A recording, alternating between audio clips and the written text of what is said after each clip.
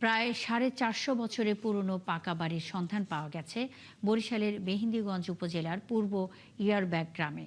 চুনসুরকি দিয়ে তৈরি দ্বিতল ভবনটি পর্তুগিজদের দুর্গ বলে খ্যাত। রয়েছে ঘাট বাঁধানো দিঘি। প্রাচীন স্থাপত্যশৈলী ও রহস্যময় সুড়ঙ্গের জন্য দর্শনার্থীদের কাছে এটি আজও আকর্ষণীয়। বিধান সরকারের প্রতিবেদন।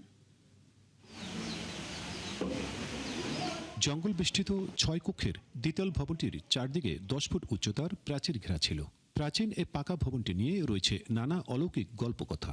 ভবনটির অন্য অংশ ঘুরিয়ে দিয়ে বসতি করেছেন স্থানীয় হাওলাদার বংশীয়রা। তারাও বংশ পরম্পরায় এই স্থাপনা নিয়ে শুনেছেন হরেক গল্প। বিল্ডিংটা তৈরি হয়েছে ব্রিটিশ দেশে আসারও 100 বছর আগে। যতটা আমরা নিদর্শন পাইছি তাতে দেখা যায় এখানে পর্তুগিজ জলদস্যুরা ছিল। কমপক্ষে 10 ফিট পরিমাণে একটা বাউন্ডারি ছিল। এখন তো ঘরদুয়ার বাড়ছে, এই জন্য আমরা কি সাইডে বাইরে করতেছি আর কি। সিঁড়ির কোঠায় আগ্নেয়াস্ত্র ব্যবহারের জন্য গোলাকার ছিদ্র, সুড়ঙ্গ পথ আর দিঘির পারে আনারস বাগানের উপস্থিতি স্থানীয়দের কাছে এটিকে পর্তুগিজদের দুর্গ বলে মনে করায়। এই যে নিচে সিঁড়ির নিচে সুড়ঙ্গটা ছিল, এটা দিয়ে যেমন পুষ্কিনের দিকে যেত আর একটা এইদিকে গেছে। আমরা ছোটবেলা থেকে এই পাকা বাড়ি সম্বন্ধে শুনছি, কিন্তু আমরা কয়েকবার এই জায়গায় আসছি।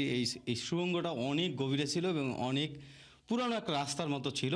মেহেন্দিগঞ্জের একজন সংবাদকর্মী জানান, প্রাচীন এই স্থাপনা নিয়ে জাহাঙ্গীরনগর বিশ্ববিদ্যালয়ের একটি দল কাজ করেছে। জাহাঙ্গীরনগর বিশ্ববিদ্যালয়ের অধ্যাপক জুলকার নাইন তার টিম নিয়ে এখানে এসেছিলেন এবং এই বাড়িটার উপরে, পাক্কা বাড়িটার উপরে তাদের একটা অ্যাসাইনমেন্ট তারা তৈরি করেছে অলরেডি, এবং তা আপনার প্রত্নতত্ত্ব বিভাগে তারা সাবমিট করেছে। এ নিয়ে বরিশাল জাদুঘরের সহকারী কাস্টোডিয়ান বলেন, স্থানটি পরিদর্শন করে এর ঐতিহাসিক গুরুত্ব থাকলে তা সংরক্ষণের জন্য অধিদপ্তরে জানানো হবে। সিদ্ধান্ত হলে তারা প্রাচীন স্থাপনাটি সংস্কারের ব্যবস্থা নেবেন।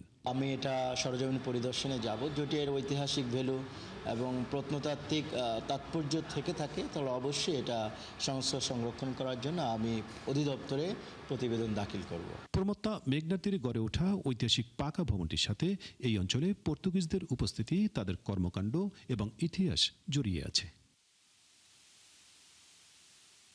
বিধান সরকার, 71, বরিশাল।